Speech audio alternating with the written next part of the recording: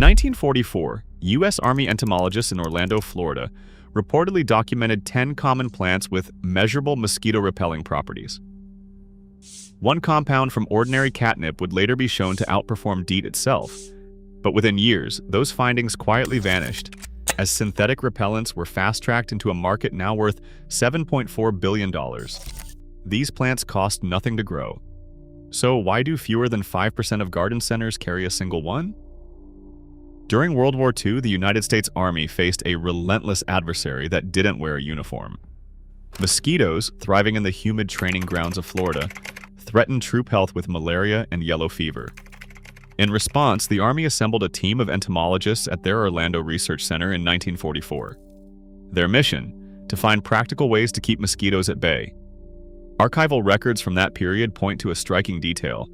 These scientists didn't just test chemical brews. They also cataloged local plants, including Beautyberry, Catnip, Horsemint, and Lemon Balm, for their ability to keep mosquitoes away. Some of these findings appeared in wartime manuals, quietly suggesting that soldiers could rub crushed leaves of certain plants on their skin, or hang bundles in tents when supplies ran low. But as the war drew to a close, the focus shifted.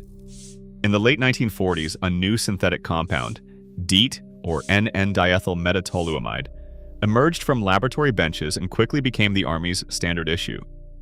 By 1946, DEET was patented and on its way to mass production. The Army's own reports praised its effectiveness, and soon, commercial repellents followed.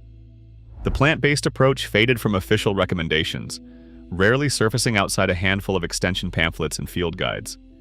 The Orlando Center's plant trials, once seen as a practical solution, slipped into obscurity. The Army's manuals from the era mention plants like pennyroyal and lemon balm, but these references are brief and often buried among cautions about unproven remedies. As DEET and later pyrethroid sprays took over the market, the original plant data vanished from public discourse.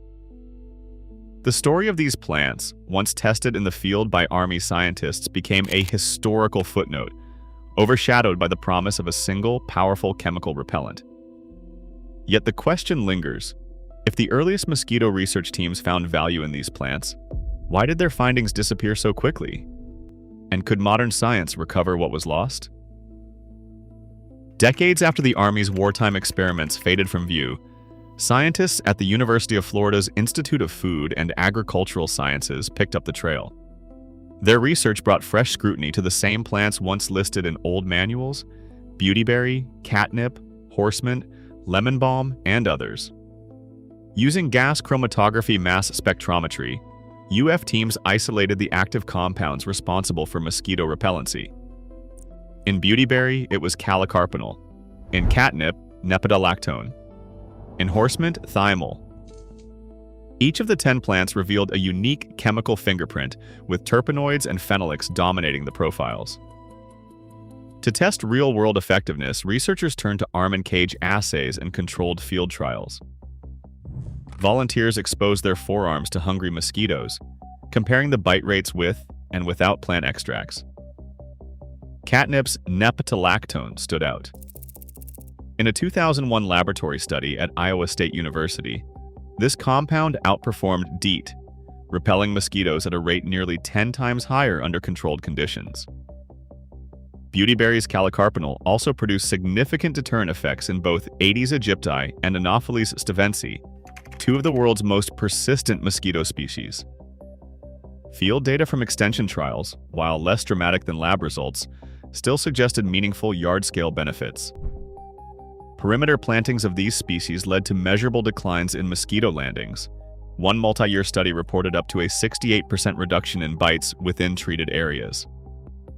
No cases of resistance to these plant compounds have been documented, even as synthetic chemicals like pyrethroids face mounting resistance across dozens of countries. The mode of action differs. Instead of attacking the mosquito's nervous system, these plant volatiles mask or disrupt the insect's ability to home in on human cues like carbon dioxide and lactic acid.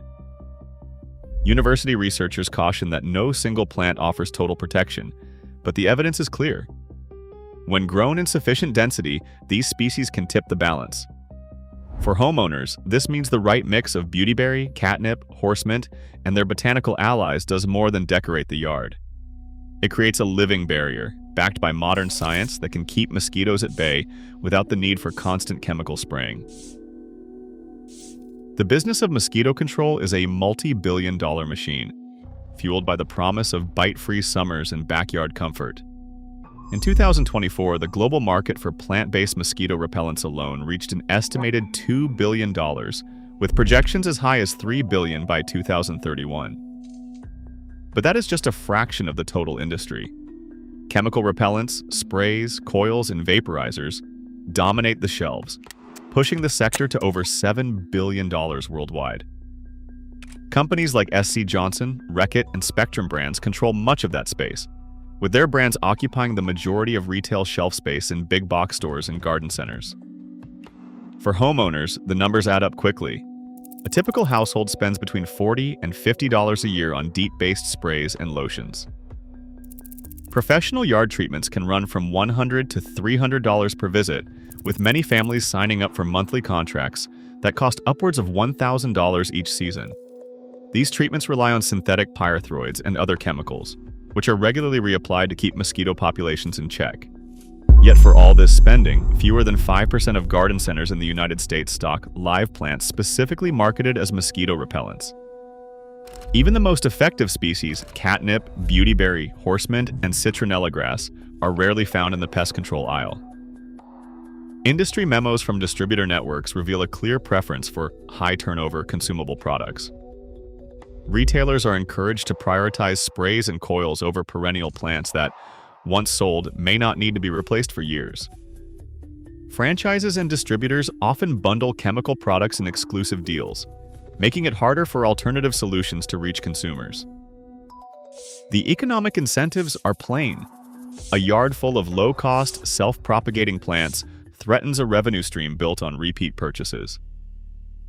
For major players, the idea of a free, long-lasting solution is not just unappealing, it is a direct challenge to their bottom line. As a result, the information gap widens.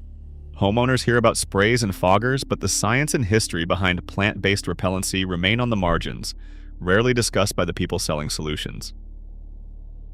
A 2-foot border of living plants can do what bottles of spray and foggers promise, but rarely deliver.